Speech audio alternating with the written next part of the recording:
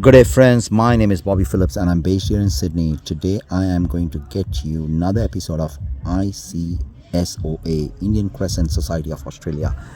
And today, we have an amazing speaker.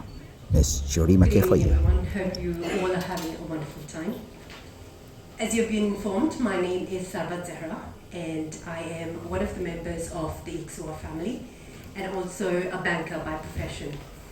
And today I've been provided with the opportunity to welcome on stage a beautiful personality who is the National Chair of the Australia-India Business Council. She served 10 years as a member of the New South Wales Parliament, including as a leader of the opposition, a cabinet minister, member for Strathfield, and member for Newcastle. In a first for New South Wales, she took on the portfolio for multiculturalism as a leader, ensuring it had prominence in all decision making. She is very well known for her strong support for multiculturalism, and her involvement in all communities has been outstanding. Ladies and gentlemen, please put your hands together to welcome on stage Honourable Jodi McKay.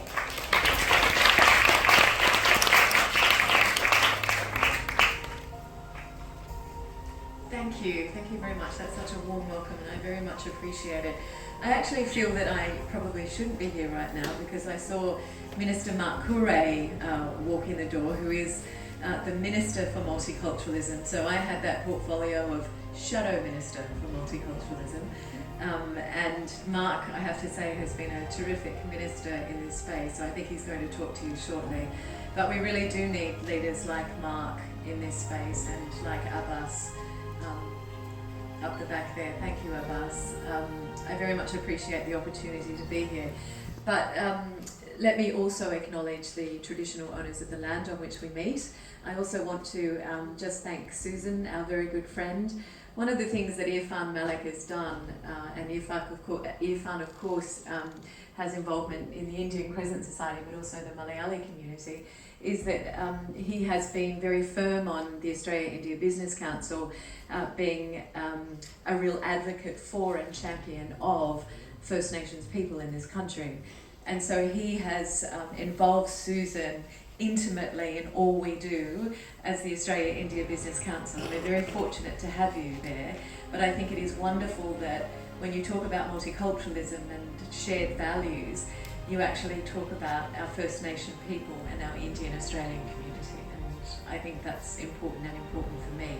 So I wasn't dragged here by Abbas, but when he asked me to come, I thought, why would you want me? I'm the National Chair of the Australia-India Business Council. Like, what's business got to do with this? When I was Shadow Minister for Multiculturalism and the Leader of the Opposition, I could understand while I was standing here, and I've spoken to many of you about why I value multiculturalism and why I think multi-faith community, a community is so incredibly important.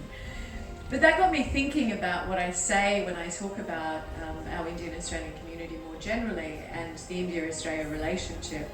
And I talk about the fact that we've had so much achieved this year in the India-Australia relationship. So we've had the ECTA signed and the CECA signed, and we've got ministers, we've got Minister Gadkari here next week, we've had Minister Jaishankar here yesterday. The relationship is great.